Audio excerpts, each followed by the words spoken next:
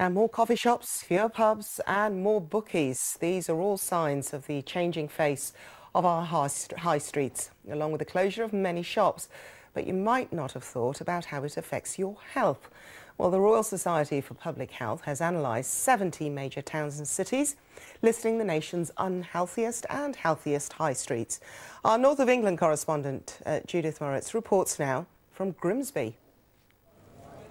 It's not an accolade the guidebooks will boast about. This is Britain's unhealthiest high street. Grimsby comes last in a report which ranks the kind of shops in 70 towns and cities. When you walk down the high street and a lot of the shops are buying your goods rather than selling to you, it says a lot, really. If you look along here, I mean, there's a betting shop, there's another betting shop, there's a charity shop, fair enough, you know, but there are too many of them. When you walk along the high street, what do you see? Poverty a lot of the time. There's a lot of people here that do have money, but the high street doesn't reflect that. High streets score highly if they have facilities like pharmacies and libraries, but low if they're full of pawnbrokers, bookmakers and fast food outlets. They're linked to poor health. We've got a pawnbrokers here. In Grimsby, business owners like Sharon Allen are frustrated. I think a lot of the report is accurate. I think it is, the high street does play a vital role in community and society.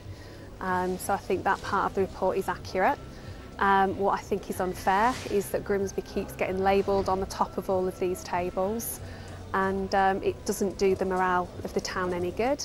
The local council seems to have rolled its eyes at this report, saying it's no secret that Grimsby is home to some of the most deprived communities in the country and that the town is often seen as at the bottom of the pile. But they say they don't agree with the overall findings and that whole parts of Grimsby have been overlooked. There you are. Thank you very Cheers, much. Thanks so much. Thank you. Parts like this market just off the high street where we found Rachita Green.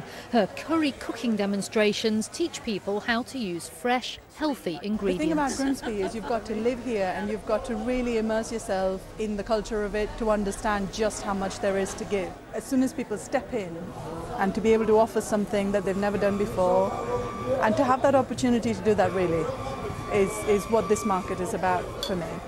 The report splits north from south, with York the only city in the north of England to be counted amongst the very healthiest high streets.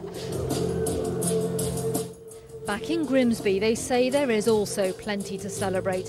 A £70 million government deal was recently announced. It's hoped that new investment will turn things around for this town. Judith Moritz, BBC News, Grimsby.